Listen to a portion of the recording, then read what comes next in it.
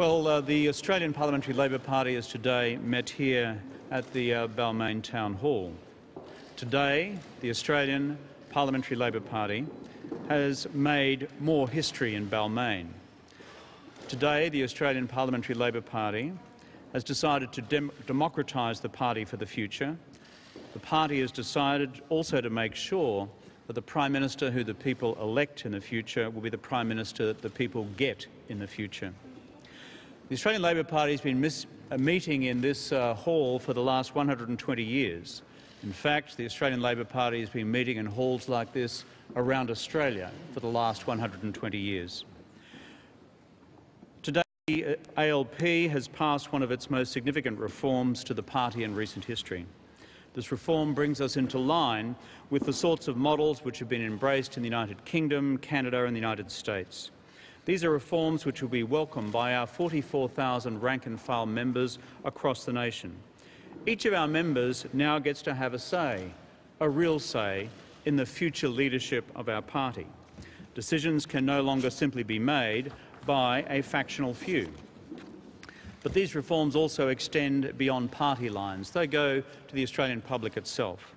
The Australian public now have certainty. Australians demand to know that the Prime Minister they elect is the Prime Minister they get, and that is underlined by these reforms. The changes that we have passed will see the Federal Parliamentary Labor Party leader elected jointly by the party membership and the members of the FPLP on the following proportional basis. Votes by the party membership is weighted at 50%, and votes by the Federal Parliamentary Labor Party weighted also at 50%. An election for leader shall automatically occur following an election where the ALP does not form government. An election for leader can be called by the caucus secretary after any of the following events: upon the resignation of the leader, at the request of the leader, or where at least 75% of the members of the Federal Parliamentary Labor Party sign a petition requesting that an election for a new leader be held on the grounds that the current leader has brought the party into disrepute. These changes were also needed if we were to continue to be the party of ideas, reform and change, as well as the party of fearless debate. We have also, in our meeting today, accepted 3 sets of amendments moved by myself and seconded by Anthony Albanese, the Deputy Prime Minister.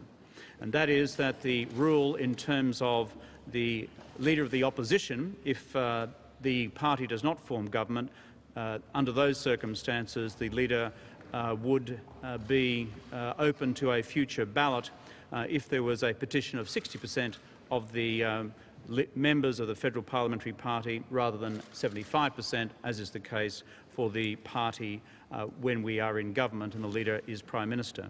The second procedural motion that was put forward by myself and the Deputy Leader relates to the closing of the day of nominations for the election of a leader. And the third is that in the interim period between an election and such an election being held for the party leadership, the Deputy Leader or the highest-ranked House of Representatives member shall act as leader for the interim. I welcome the fact that the Parliamentary Labor Party has chosen to support these procedural amendments moved by myself and the Deputy Prime Minister. Friends, for the future, this is an important set of reforms for our party. Across Australia, the great thing about the Australian Labor movement is that we are a party of the grassroots. We are at our best when we are listening to people right across the country. And we are at our best when we know that the rank and file of our membership, all 44,000 of them, know that they have an active say in the future direction of our party. This, therefore, is a good story to sell for us across the country.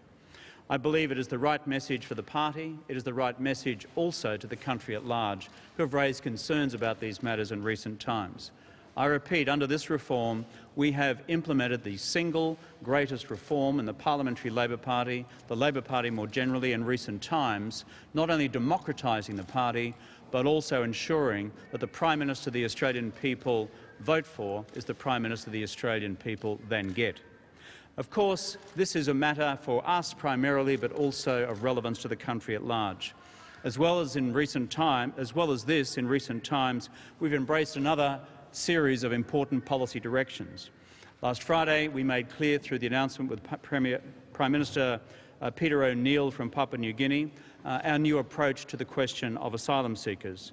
The rules have changed, and that is now legitimately the subject of attention around the world, which is precisely as we want it to be, a clear-cut message to people smugglers around the world. This month we've also launched our landmark national disability reforms, Disability Care Australia, on track to benefit tens of thousands, then hundreds of thousands and then millions of Australians over time, though ultimately peaking at this stage based on our projections at about 460,000. We've also extended our Better Schools negotiations under the Better Schools plan. We've received, of course, the support now of the Government of Tasmania, the Independent Schools Association, and we're also into the conclusion of our negotiations with other sectors of the Australian education community as well. We've also acted to scrap the carbon tax, bringing forward the introduction of the emissions trading scheme, which will ease cost of living pressures for Australian families. Friends, what I would say overall to all Australians who have been engaged with what we've been doing the last 3 weeks is we've been getting our own house in order.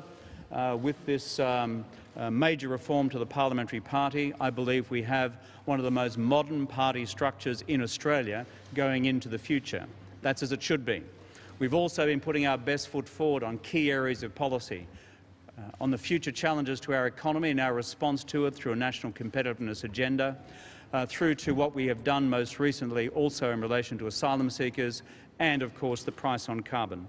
More work's to be done. We'll continue to do our best for the Australian people, but I believe this is a positive day for democracy in Australia, an historic day for the Australian Labor Party and a great day for Australian Labor Party members across our nation. Folks, over to you. Mr. Rudd, sorry to ask from behind too, but that's okay, Phil. with the caucus rule on you have an unmistakable voice. With the caucus rule on the leadership, are you worried at all that the trade unions may try to change that post-election at national conference, or are you confident that 50-50 model will now stick as Labor rules? The caucus is the master of its own destiny. The caucus has spoken, and after a significant, protracted, vigorous debate involving no uniformity of views, but reaching a resolution that this was the best way forward, the caucus has spoken. Therefore, this will be the model we take into the future. I know there'll be some resistance from a few folk around the show. That's normal given the composition of our great and glorious movement. But let me tell you, this has been a vigorous debate today. It's been a lot of consultation over the last 2 weeks, and frankly, reform has been coming for a long, long time. The Australian Labor Party needs to throw open the doors and the windows to let a little bit of fresh air in for the future. In fact, a lot of fresh air, open to new ideas, new people, to make sure that we're out there representing the Australia of tomorrow, not the Australia of 40 years ago. Sorry, over here. I'll just take these one at a time. On the seat of Kingsford Smith. With these reforms, how long are they going to take to filter through if there's allegations of branch stacking in recent days? Well, party reform is a long process. This single reform in terms of the election of the parliamentary leader is, I think, the biggest reform in recent party history, by a long shot. In terms of probity across New South Wales, you'll understand that not long ago I requested the National Executive to undertake intervention in the state of New South Wales. That process is underway. Any irregularities in any voting process, of course, would go through the National Executive. Party reform overall is going to take a while yet. There are future things to do as well. I want to see that the party democratised more and more and more. That's the pathway to the future, and no one in our show should have anything to fear from the voice of the people. Were asylum seeker issues discussed, Mr. Rudd, and what was the response from your colleagues on that, your plan? We had obviously I provided a report to the caucus on what I've been doing as leader with my cabinet colleagues over recent weeks, and of course I reported to them on the reasons we had taken the decision we announced last Friday with the Prime Minister of Papua New Guinea. Obviously, there are caucus members who are concerned about this, and they express their concerns directly. My response, and that of Tony Burke, the Minister, and other colleagues, was that our challenge here is to deal a fatal blow to the people smuggling industry long term. And you can't do that unless you go to the core reason this industry exists, which is them offering people around Australia, around the world, I should say, the prospect of coming here to live full-time, rather than us continuing to take refugees from other centres around the world, which is what we've done in recent times.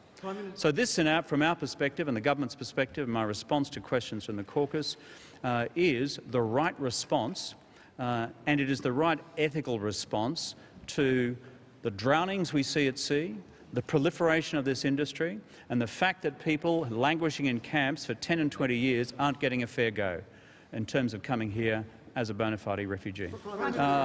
Over here, then over the other way. Yeah. Prime Minister, on that basis, you once argued that there was a biblical requirement for us to look after the stranger in our midst. That's right. Has that argument gone? What's happened to that argument?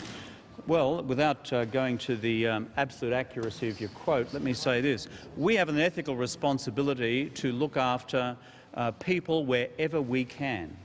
And that means that when people come to our shores, we look after them humanely, and we look after them humanely consistent with what we're required to do as well through international law and under the Refugees Convention. And through this approach, the regional resettlement arrangement, we are doing precisely that. We have been mindful of, first of all, the importance of people being treated in a humane fashion. We have been mindful of the requirement that people are assessed according to proper standards. We are mindful also that under the current provisions of the Convention, no one is actually ultimately required to provide a final state of residence for a person determined to be a refugee. There is a requirement for best efforts under the current convention, but no requirement to actually say, here is where you can live once your status is determined. We have done that. And on top of that, it is the requirement we feel, both under international law and in our response to this practical challenge, to use the humanitarian quota of 20,000 places to benefit those who are languishing and in some cases rotting in camps around the world. These are our ethical requirements as well, and I will not be Prime Minister of Australia and see the entire orderly immigration system itself threatened by not sending a message such as this to the people smuggling industry around the world. Then I had someone over here, yes. Prime Minister, how quickly can you scale up Manus Island to, I think, 3,000 that you mentioned? And also, if your efforts are frustrated in legislation after the election, would you be prepared to call a double dissolution on it? Well, I'm not going to go into hypotheticals at all. What we have done is put forward a clear-cut policy. We've negotiated and agreed it with the government of Papua New Guinea. We have had a Cabinet National Security Committee and its advisors and the full Cabinet working on this for some weeks. We believe we have a thorough approach which is eminently defensible in the international community and with the prospect of being effective. Now, on the question of the implementation of this, which goes to your first part of your question, Sid, as I said and Minister Burke said in our press conferences last Friday, this is going to take quite a while to roll out. This is a big operational undertaking, and I've said from the outset there'll be bumps in the road, there'll be challenges on the way. We understand that. People will engage in the politics of this big time, as well as the prospect of legal challenges here in Papua New Guinea. This is what happens when you seek to act decisively on something as fundamental as this. But we make no apology for the decision we have taken. We've reflected on it long and hard, and we believe it's the right response given the incoming problem that we now face. Dennis. Prime Minister, the British Labor Party, just to go back to party reform, the British Labor Party is having a discussion at the moment about restricting union members who are members of the Labor Party only to those who have a ticket in the British Labor Party, so you don't have the automatic union affiliation. Is this something you think the Australian Labor Party should look at? Well, I was talking to Ed Miliband, the British Labor Party leader, about this in the last couple of weeks. Ed's a good friend of mine. I've known him for the last decade or so. So I won't comment on the British internal debate, matter for the Poms. They seem to be doing well in a few other areas of late recently as well, unfortunately. But could I say this? What we are seeking to do here with this reform is say to all of our friends and supporters in the trade union movement, we want you active in the branches of the Australian Labor Party. That's what we're saying. So when you've got a whole lot of people out there who are members of trade unions, we want you to be active in your local branch, the Balmain branch, the Bulimba branch in Brisbane, where I come from, so that you're part and parcel of local community life. That's where we want to see the activism of our trade union friends, and that's what this reform is designed to encourage. Letiga. Does the no advantage principle apply to asylum seekers sent to Papua New Guinea?